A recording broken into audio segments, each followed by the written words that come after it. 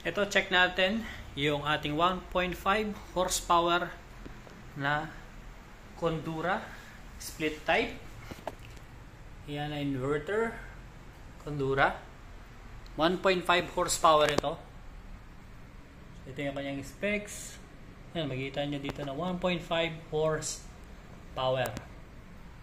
Yan, so sinaksak ko na siya. Meron na siya mga 45 seconds ng sinaksak natin.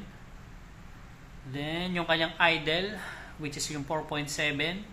So, kahit na hindi pa siya naka-on, gumagamit siya ng 4.7 watts.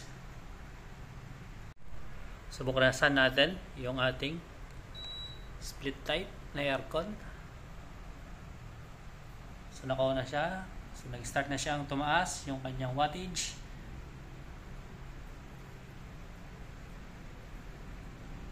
So, nakaset lang ng 22 degrees Celsius yung ating split type na 1.5 horsepower. So, meron na siyang 14 minutes. So, 897 watts. So, hindi siya pumalo ng 1,000 watts. Then, after almost 15 minutes, nakadalawang piso na siya. So, 11 pesos per kilowatt hour yung linagay ko dito. Yan. Sa 12 oras, naka 76 pesos yung ating consumption.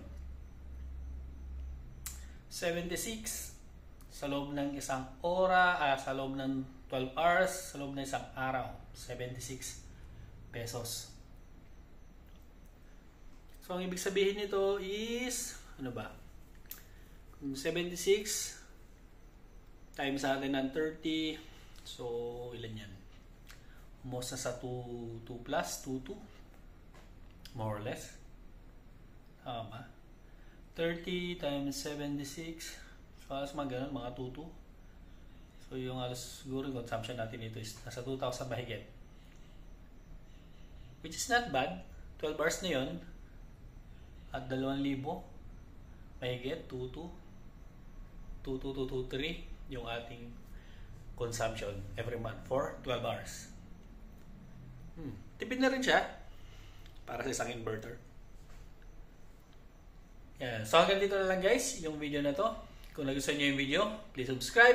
And thank you guys for watching. Until the next video.